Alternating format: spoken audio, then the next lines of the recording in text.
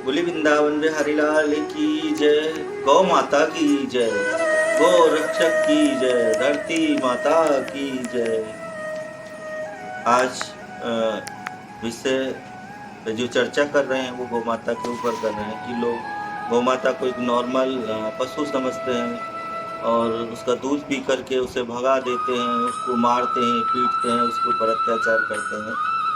जबकि आप वास्तविकता को आप गौ माता से सेवा करके देखिए, उससे प्रेम करके देखिए, वो आपके लिए क्या कर सकती है ये आपने कभी जीवन में नहीं सोचा और ना आप सोच सकते हो, क्योंकि गौ माता हमेशा इंसान के ऊपर वो कृपा कर सकती है, इतनी बड़ी कृपा कर सकती है कि वो अपनी मृत्यु को भी, आपकी जो मृत्यु है उसको भी टाल देती है, अपने ऊपर ले लेती है।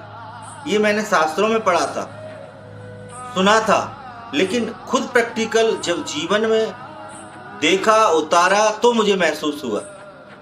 एक बार करीब 3 साल पहले की बात है, रात्रि को एक दिन सोते सोते मेरे मन में विचार आया कि कल को अगर हमें कुछ हो जाता है तो ये बच्चा सनी है और जो बच्चे पल रहे हैं ये गौ माता हैं, इनकी कैसे व्यवस्था होगी। करने वाला तो परमात्मा है, लेकिन मन में एक शंका हुई और इतना गहरी सोच में चले गए, इतनी गहरी सोच में चले गए कि पूरा बदन पसीनों से भीग चुका था।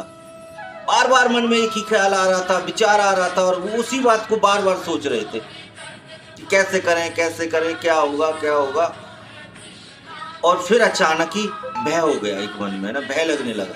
थोड़ी देर बाद बाहर आए तो बाहर भी भय लग रहा है, अंदर गए सोते समय तो भी भय लग रहा है। अब वो दिमाग में 2-3 दिन तक इस तरीके से रहा कि जब भी फ्री हो तो बस वो विचार आ जाए और सोचने लगे कि भाई ये कैसे होगा, कल को जाना तो सभी को है, मृत्यु तो निश्चित है, लेकिन अचानक ऐसे हो गया तो फिर कैसे होगा। तो फिर क्या हुआ कि शाम का वक्त था, हमारी एक गाय थी जिसे हम जाटनी बोलते थे। तो उस गाय करीब 7 महीने की गर्भ से थी वो गाय, और गौ माता बैठी हुई थी तो उसने एक बच्चे को जन्म दिया। तो सनी जो श्याम हमारा एक बच्चा है, आश्रम में रहता है, उसने भाग करके कहा गुरुजी गाय हमारी भी आ गई। बेटा ऐसे कैसे हो सकता है, अभी तो गाय 7 महीने की बच्चा है, उसके पेट में इतना जल्दी कैसे भी आ सकती है। लेकिन देखा तो उसकी एक बच्चिया थी और वो बच्चिया मरी हुई पैदा हुई। हमने फिर उस बच्चिया को ले गए, उसका अंतिम संस्कार किया और फिर गौ माता को दूसरी जगह बांध दिया, वहाँ पर बैठ गई आराम से। मैंने बोला कि बेटा इसका ना ध्यान रखना है कि वो जेर डालेगी, जेर को कुत्ते न खा जाए या गौ माता न खा जाए, इसलिए उसके ऊपर पूरा ध्यान करना है, फोकस करना है। और हम अपनी ठाकुर जी सेवा में लग गए।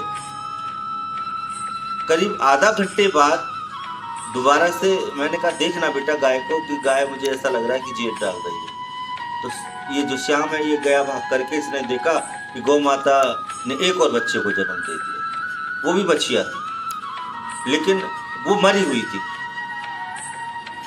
और उस बच्चिया को भी फिर हमने ना अंतिम संस्कार किया, फिर गौ माता को दूसरी जगह बांध दिया, उसने जेर सब कुछ डाला। लेकिन उस रात्रि को हमारे दिमाग से जो विचार चल रहे थे, जो सोच हो रही थी, वो सब खत्म हो गई। आश्रम जो भयानक लग रहा था, भय हो रहा था, वो भय भी खत्म हो गया।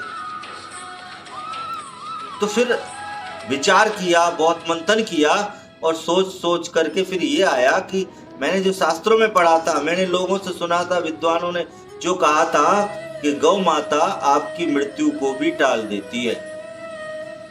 तो ये निश्चित विश्वास हो गया, मन में दृढ़ संकल्प हो गया कि मेरे ऊपर जो आपत्ति आ रही थी, जो किसी तरीके की परेशानी आने वाली थी या जो भी होने वाला था, वो मेरा संकट इस गौ माता ने अपने बच्चे के ऊपर दे दिया और वो बच्चे दोनों ही उनका शरीर पूरा हो गया। ये वास्तविकता है। हमने खुद जब प्रैक्टिकल किया, देखा, सोचा, समझा। आज आप देख रहे हैं कि आश्रम का इतना बड़ा खर्चा है, 1-1.5 लाख रुपए आश्रम की खर्चे हैं गौ माता के। लेकिन देने वाला ऐसा भी नहीं कि कोई परमानेंट लोग हों जो आप आश्रम में कुछ सेवा कर रहे हो, और देने वाले भी लोग ही हैं, तभी ये आश्रम की व्यवस्थाएं चल रही हैं। लेकिन कैसे ठाकुर जी की कृपा होती है, कैसे गौ माता की होती है, कब होती है, कहाँ से होती है, और व्यवस्थाएं धीरे धीरे हो जाती हैं। आज संघर्ष हमें बहुत करना पड़ रहा है। आप देख रहे हैं कि हम सुबह ही 4 बजे जग करके गौ माताओं की सेवा में लगते हैं, फिर ठाकुर जी की सेवा में लगते हैं। चारा कुटवाना, चारा गायों को खिलवाना, उनका दूध वूध करवाना, फिर उसके बाद सफाई कराना, फिर ठाकुर जी की सेवा करना, फिर दोपहर का वही कार्य, विश्राम भी नहीं कर पाते और यही प्रोग्राम चल रहा है।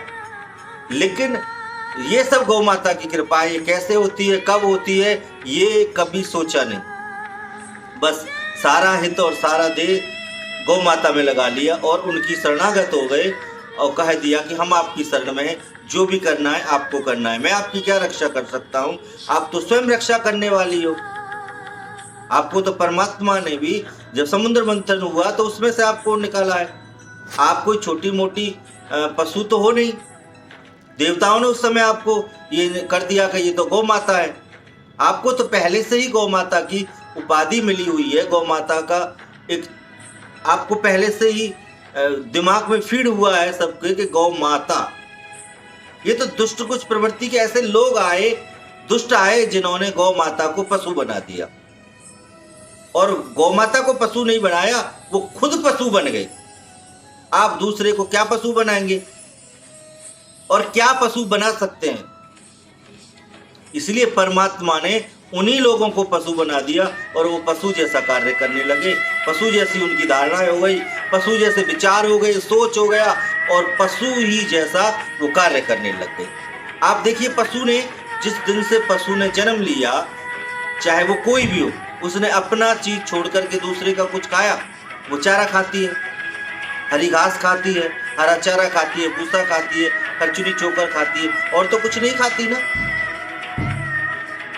लेकिन मनुष्य, जिस मनुष्य को परमात्मा ने बनाया, उस मनुष्य के लिए आपने देखा है क्या बनाया? रोटी बनाई, सब्जी बनाई, फल बनाए, मिष्ठान बनाए, दूध बनाया, दही बनाया। लेकिन उन सब को छोड़ करके मनुष्य कहाँ चला गया?